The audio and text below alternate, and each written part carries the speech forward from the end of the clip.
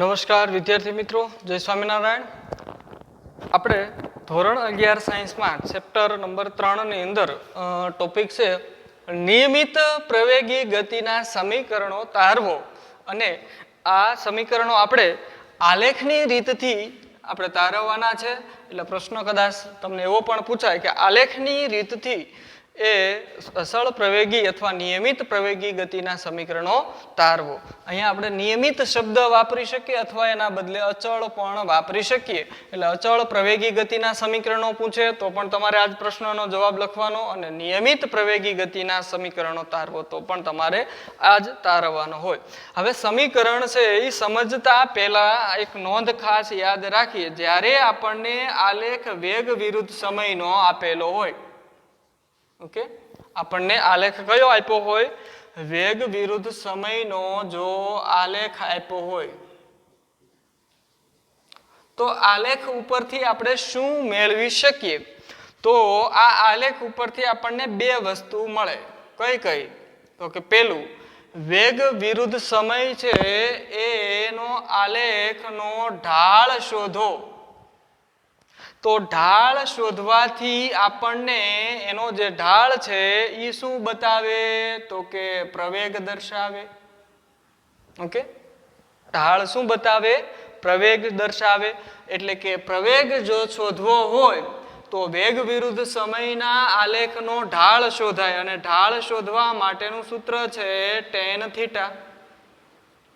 Okay, tan theta બરાબર આપ સૌ જાણો છો સામેની બાજુ છેદમાં પાસેની બાજુ, આવું સૂત્ર છે. એટલે ઢાળ મળ્યો, પણ એ ઢાળને જ શું કહેવામાં આવે? પ્રવેગ કહેવાય. એટલે આપણે પ્રવેગ જો શોધવો હોય તો વેગ વિરુદ્ધ સમયના આલેખનો ઢાળ શોધાય. ઓકે, એટલે પેલું, વેગ વિરુદ્ધ સમયના આલેખના ઢાળ ઉપરથી શું મળે આપણને? તો કે પ્રવેગ મળે. કેવી રીતે શોધાય? તો મેં તમને કીધું કે ઢાળનું સૂત્ર tan થીટા, અને tan થીટા બરાબર થાય સામેની બાજુ છેદમાં પાસેની બાજુ. એટલે આ સૂત્ર થઈ ગયું પ્રવેગનું. ત્યારબાદ આપણને વેગ વિરુદ્ધ સમયનો આલેખ હોય અને જો એનું ક્ષેત્રફળ શોધીએ. ઓકે, શું શોધીએ? આલેખ વડે ઘેરાયેલો જે પ્રદેશ હોય એ પ્રદેશનું ક્ષેત્રફળ શોધીએ. તો એ જે ક્ષેત્રફળ છે એ અંતર અથવા તો સ્થાનાંતર આપણને દર્શાવે છે. કાપેલું અંતર અથવા તો શું બતાવે? સ્થાનાંતર દર્શાવે છે. એટલે તમે અંતર અથવા તો સ્થાનાંતર છે એ લખી શકો. એટલે ક્ષેત્રફળ જે મળશે એ શું બતાવે આપણને? ક્ષેત્રફળ કેવી રીતે શોધવું? તો કે આપણે વેગ વિરુદ્ધ સમય છે એનું ક્ષેત્રફળ શોધવા માટે અથવા તો સ્થાનાંતર બરાબર આનું સૂત્ર. ઓકે, ક્ષેત્રફળ. હવે ક્ષેત્રફળ કયું લેવું એ આપણને ક્યારે ખબર પડે? તો કે વેગ વિરુદ્ધ સમયનો આલેખ કેવો હશે, એ આલેખ કેવી રીતે હશે, એમાં ત્રિકોણ હોય, બનતો હોય, ચોરસ બનતું હોય, તો એના આધારે આપણે એનું ક્ષેત્રફળ શોધવાનું. અને એ જે ક્ષેત્રફળ મળશે એ પદાર્થનું શું બતાવશે? સ્થાનાંતર બતાવશે. આમ બે વસ્તુઓ આપણને અહીંયા, એક પ્રવેગ અને એક સ્થાનાંતર છે, એ વેગના સમય વિરુદ્ધના આલેખ ઉપરથી મળે છે. તો આ બંને રીતનો આપણે ઉપયોગ છે એ પ્રવેગી ગતિના સમીકરણોની અંદર ઉપયોગ કરવાનો હોય. એટલે દરેક મિત્રો છે ખાસ કરીને આ બે વસ્તુઓ ધ્યાન રાખશે. તો આપણે સૌપ્રથમ હું એક અહીંયા નિયમિત ગતિ કે અસળ પ્રવેગથી ગતિ કરતા પદાર્થ માટે એક વેગ વિરુદ્ધ સમયનો આલેખ છે એ દર્શાવેલો છે. તો આવી રીતે હું લખું કે આકૃતિમાં, ઓકે, આકૃતિમાં નિયમિત ગતિ કરતા પદાર્થ માટે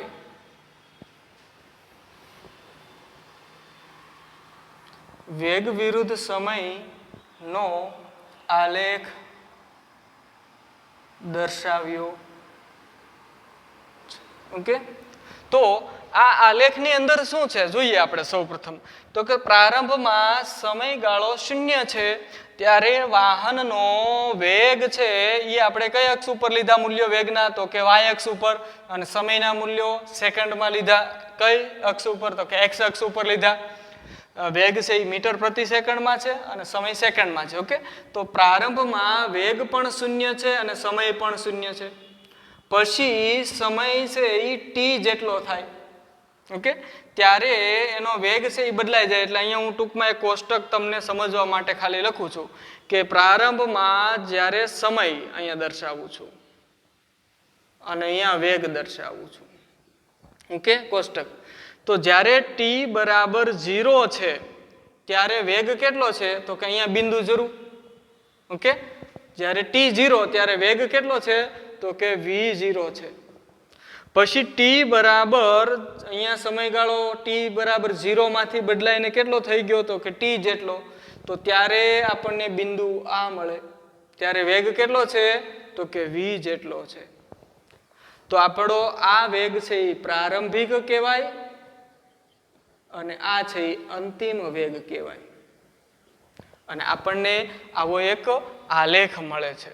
તો મિત્રો આપણે સૌ પ્રથમ આલેખ છે એના ઢાળ કે એનો પ્રવેગ શોધીએ. ઓકે, અને એનો પ્રવેગ શોધવા માટે મેં તમને કીધું એમ કે વેગ વિરુદ્ધ સમયના આલેખનો ઢાળ શોધાય. ઓકે, એટલે આપણે સૌથી પહેલું સમીકરણ મેળવવું છે.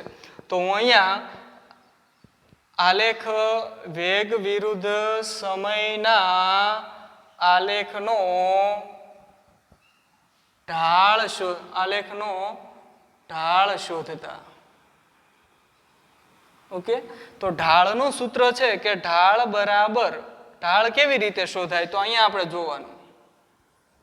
ઓકે, અને સામેની બાજુ છેદમાં પાસેની બાજુ એવું સૂત્ર થશે. તો ઢાળ બરાબર થાય tan θ. પણ tan θ નું સૂત્ર પાછું આપણે સૌ જાણીએ છીએ કે સામેની બાજુ છેદમાં પાસેની બાજુ એવું સૂત્ર છે. ઓકે, હવે આ જે ઢાળનું સૂત્ર, ઓકે, સામેની બાજુ છેદમાં પાસેની બાજુ. તો મિત્રો અહીંયા જો ખૂણો હોય તો અહીંયા tan વિધેય લગાડો તો tan θ બરાબર સામેની બાજુ એટલે કઈ થાય, તો કે BC છે, અને પાસેની બાજુ એટલે કઈ છે, તો કે AC છે. એટલે પાસેની બાજુ AC. પણ અહીંયા યાદ એ રાખો કે A થી લઈને C સુધીનું જેટલું અંતર છે એટલું જ અંતર O થી લઈને D સુધીનું હોય.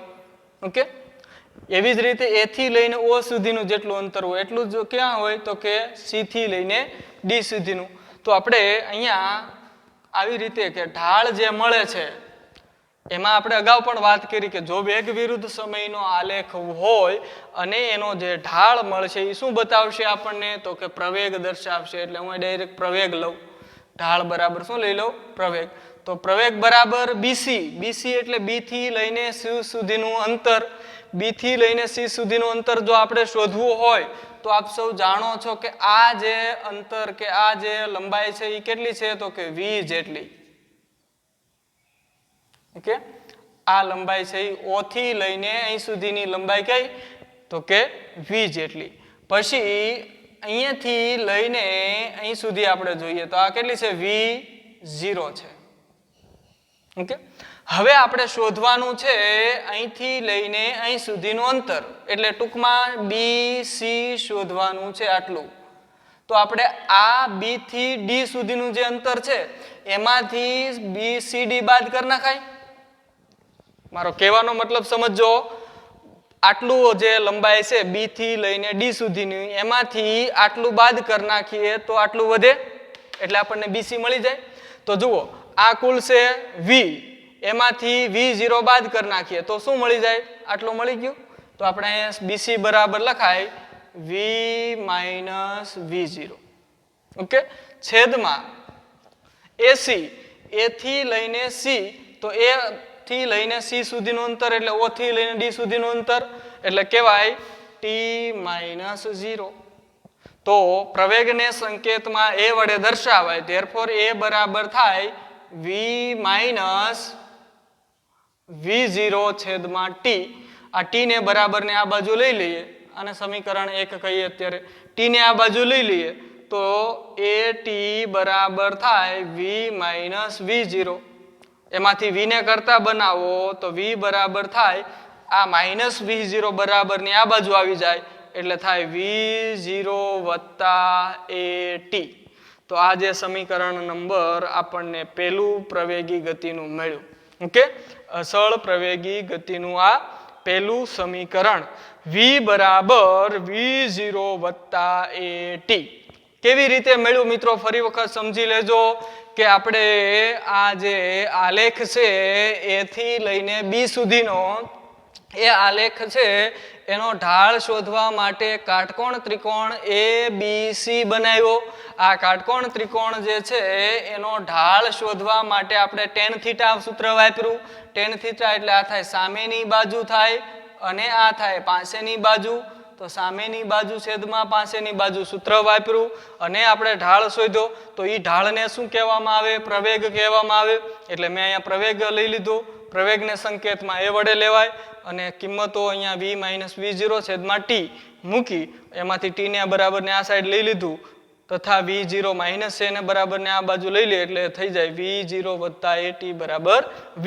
તો આવું સમીકરણ આપણું પહેલું સમીકરણ મળે છે અને આ સમીકરણ આપણું અસળ પ્રવેગી કે નિયમિત પ્રવેગી ગતિનું પહેલું સમીકરણ મળ્યું.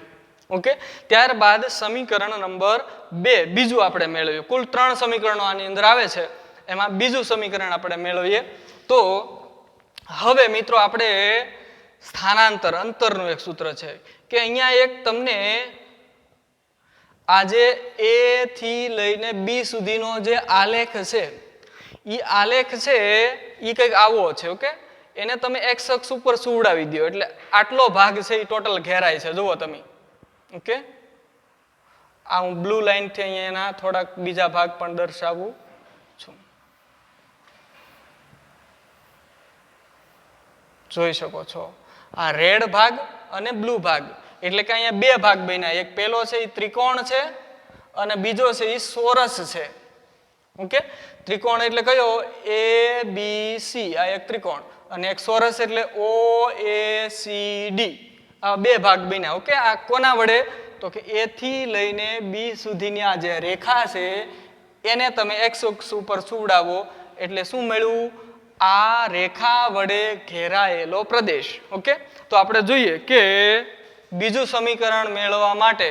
ઓકે, બીજું સમીકરણ એટલે આપણે શું કરવાનું છે? વેગ વિરુદ્ધ સમયના આલેખ વડે ઘેરાતા પ્રદેશનું ક્ષેત્રફળ. ઓકે, એટલે આપણે સ્થાનાંતર બરાબર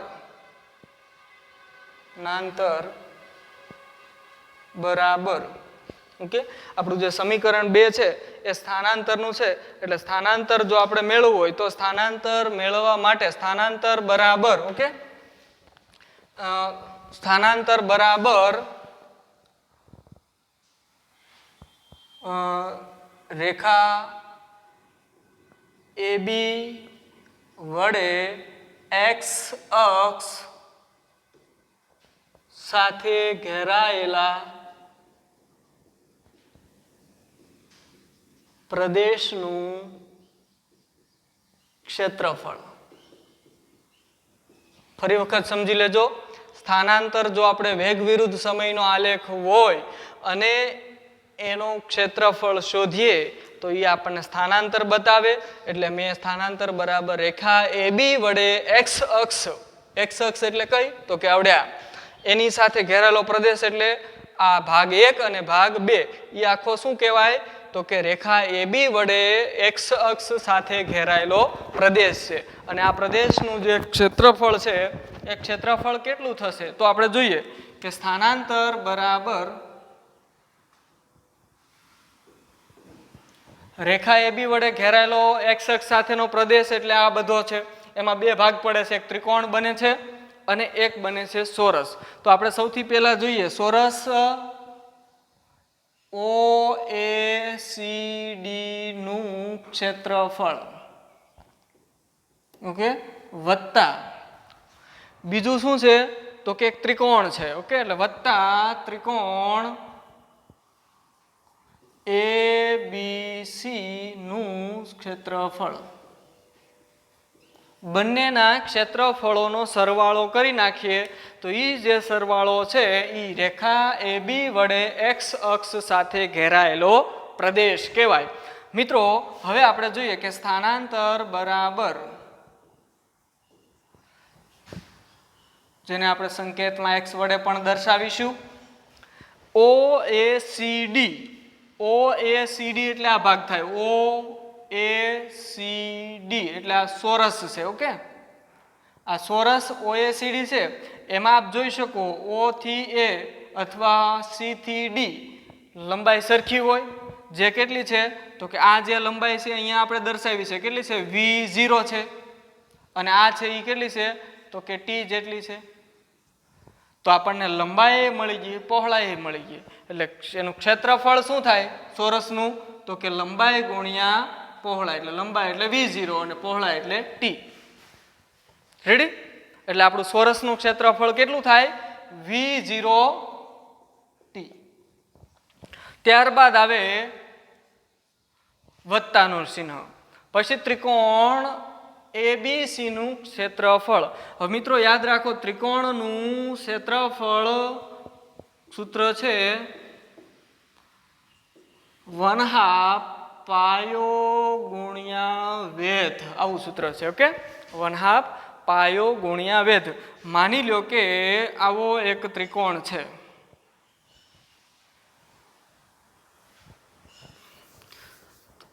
આપણે છે આકૃતિમાં એવો ત્રિકોણ લઈએ. ઓકે, તો આ ત્રિકોણ છે માની લો કે, જેમાં ABC જે આકૃતિ મુજબ છે. હવે આને પાયો કહેવાય અને આને વેધ કહેવાય. ઓકે, પાયા ઉપર શું કહેવાય વેધ. આમ પાયા પરનો આ વેધ છે. તો આપણે આ લંબાઈ B થી C સુધીની લંબાઈ જોવે અને A થી લઈને C સુધીની લંબાઈ જોવે. ઓકે, અને એનું સૂત્ર છે 1/2 પાયો એટલે કયો છે ત્રિકોણમાં તો કે B થી લઈને C સુધી, એટલે અહીં લખું છું BC. BC બરાબર કેટલું છે તો ડાયરેક્ટ કિંમત મૂકું. B થી લઈને C સુધીનું અંતર જો આપણે શોધવું એટલે આટલું અંતર એટલે અહીંયા મેં આપણે દર્શાવી દઉં V - V0 જેટલું હોય. કેટલું હોય V - V0, જે આપણે અહીંયા પણ શોધ્યું છે. BC બરાબર કેટલું લીધું V - V0. ઓકે, એટલે V - V0. પછી પાયો ગુણ્યા વેધ. વેધ કેટલો છે તો કે આપણે જોઈએ કે આ A થી લઈને C સુધીનું અંતર, A થી C કેટલું છે તો કે T જેટલું, તો અહીંયા ગુણ્યા લખાય T. તો આ મિત્રો આપણને ત્રિકોણ છે એનું ક્ષેત્રફળોનો સરવાળો થઈ ગયો. પછી સ્થાનાંતર આનું સાદુરૂપ આપીએ તો x બરાબર V0T પ્લસ 1/2 આને અંદર ગુણીએ તો VT મળે, 1/2 VT. પછી ઓછા 1/2 V0T, 1/2 ને અંદર ગુણ્યા તથા T ને પણ અંદર ગુણ્યા. ઓકે, આમાં પણ આપણે 1/2 ને અંદર ગુણ્યા અને T ને પણ અંદર ગુણ્યા. હવે આપ જોઈ શકો છો આ પદ અને આ પદ સરખા બને છે. અહીંયા એક V0T, અહીંયા અડધો V0T. હવે આખામાંથી આખો કહેવાય અને આ અડધો કહેવાય, તો આખામાંથી અડધો જાય તો કેટલા વધે તો કે અડધા વધે. એટલે આનું સૂત્ર થાય x બરાબર V0T. Okay, V0T plus 1/2 AT². આવું આપણે સૂત્ર બનાવી શકીએ.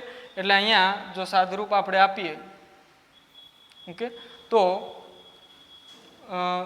ટીની સોરી અહીંયા કિંમત પણ તમે મૂકી શકો, અથવા તો સાદુરૂપ અહીંયા ટીની કિંમત આપણે મૂકી દઈએ જેથી કરીને તમને ટી છે એ આખો સમયમાંથી નીકળી જશે. ઓકે, તો ટીની કિંમત પણ મૂકવામાં આવેલી હોય તો તમને વધારે સરળતા મળશે. તો આપણે અહીંયા જોઈએ કે સાદુરૂપ કેવી રીતે મેળવી. સાદુરૂપ આપણે નથી આપતા, અહીંથી સમીકરણ જ મેળવ્યું. એટલે x બરાબર આજે સમીકરણ નંબર 3 કહીએ. ઓકે, સમીકરણ નંબર 3 ની અંદર હવે સમીકરણ નંબર અહીંયા આપ જોઈ શકો છો AT બરાબર V - V0 છે. તો અહીંયા આપ જોઈ શકો છો કે v માઇનસ v0 બરાબર શું લઈ લેવાય તો કે 80 લઈ લેવાય. ઓકે, એટલે આ કિંમત જે છે એ કિંમતને આપણે અહીંયા મૂકવાની છે. તો હું મૂકું છું, જુઓ v0t plus 1/2 v minus v0 ની જગ્યાએ શું લેવાનું 80 જે અહીંથી લીધું અને 1t તો હતો જ તે એટલે થાય t². તો મિત્રો આ જે સમીકરણ આપણને મળે છે એ સમીકરણ નંબર 4 જે આપણું અચળ પ્રવેગી અથવા નિયમિત પ્રવેગી ગતિનું સમીકરણ નંબર 2 કહેવાય. ઓકે, એટલે સમીકરણ નંબર 1 આ અને સમીકરણ નંબર 2. ત્યારબાદ સમીકરણ નંબર 3 આપણે મેળવીએ. તો એના માટે આપણે જોઈએ કે અગાઉ આપણે સરેરાશ વેગ, ઓકે, સરેરાશ વેગ નું સૂત્ર આવું છે કે v બાર બરાબર સ્થાનાંતર એટલે x છેદમાં સમયગાળો એટલે t. ઓકે, તો આપણે x ને કરતા બનાવીએ તો x બરાબર શું થાય તો કે v બાર એને ગુણ્યા સમય. હવે આને સમીકરણ નંબર 5 કહીએ. સમીકરણ 5 માં v બાર ની કિંમત સરેરાશ વેગ છે એમાં ખરેખર આપણે આવી રીતે સરેરાશ શોધીએ. અત્યારે જુઓ કે દાખલા તરીકે તમને એમ કહું કે ભાઈ 3 વેગ હોય v1 v2 અને v3, તો તમને ત્રણેયનો સરેરાશ શોધવાનો કહે તો તમે શું કરો તો કે ત્રણેયનો સરવાળો ભાંગ્યા 3 કરી નાખો. તો આ જે વેગ મળ્યો એને સરેરાશ વેગ કહેવાય. દાખલા તરીકે 4 વેગ હોત v4 તો 4નો સરવાળો ભાંગ્યા કેટલા કરત 4. 5 વેગ હોત તો 5નો સરવાળો ભાંગ્યા 5. અહીંયા કેટલા વેગ છે તો કે આલેખમાં એક વેગ v0 અને બીજો વેગ v, એટલે બે જ વેગ છે, અંતિમ વેગ અને પ્રારંભિક વેગ. તો આપણે આ બંને માટે સરેરાશ વેગ લખવો હોય તો શું લખાય તો કે સરેરાશ વેગ એટલે v0 વત્તા અથવા v વત્તા v0. ઓકે, અને એને ભાંગ્યા શું લખાય 2. આ સરેરાશ મળી ગયો. 3 હોત તો ત્રણેયનો સરવાળો ભાંગ્યા 3, 4 હોત તો 4 વેગનો સરવાળો ભાંગ્યા 4. અને સમય સમીકરણ 5 ની અંદર આપણે સમીકરણ 1 માંથી t ને કરતા બનાવો તો આવું થાય કે t બરાબર v માઇનસ v0 છેદમાં a. ઓકે, સમીકરણ 1 માંથી કરતા બનાવીએ એટલે આવું થશે v માઇનસ v0 છેદમાં t. અહીં હું લખી નાખું t ની કિંમત સમીકરણ 1 માંથી મૂકેલ. ઓકે, ક્યાંથી મૂકી કિંમત આપણે સમીકરણ 1 છે એમાંથી t ને કરતા બનાવ્યો એટલે આપણું સમીકરણ થશે અને એ t ની કિંમત અહીંયા લખી તો આપણને આવો સમીકરણ x બરાબર આપ જોઈ શકો છો કે તમે ક્યાંક આવું સૂત્ર ભણ્યા હશે કે a વત્તા b a ઓછા b. તો આને શું લખતા હતા તો કે a² માઇનસ b². તો અહીંયા એવું જ છે, જુઓ v વત્તા v0 v ઓછા v0 તો શું લખાય તો આને આવી રીતે લખાય કે v² માઇનસ v0² અને છેદમાં 2. ઓકે, સોરી અહીંયા a આવશે. ઓકે, કારણ કે આપણે કરતા બનાવ્યો ત્યારે a આવે એટલે a, તો અહીંયા 2a આવે છેદમાં. તો x બરાબર v² માઇનસ v0² છેદમાં 2a. આમાંથી આ 2a ને આ બાજુ લઈએ તો આવું થાય 2ax બરાબર v² માઇનસ v0².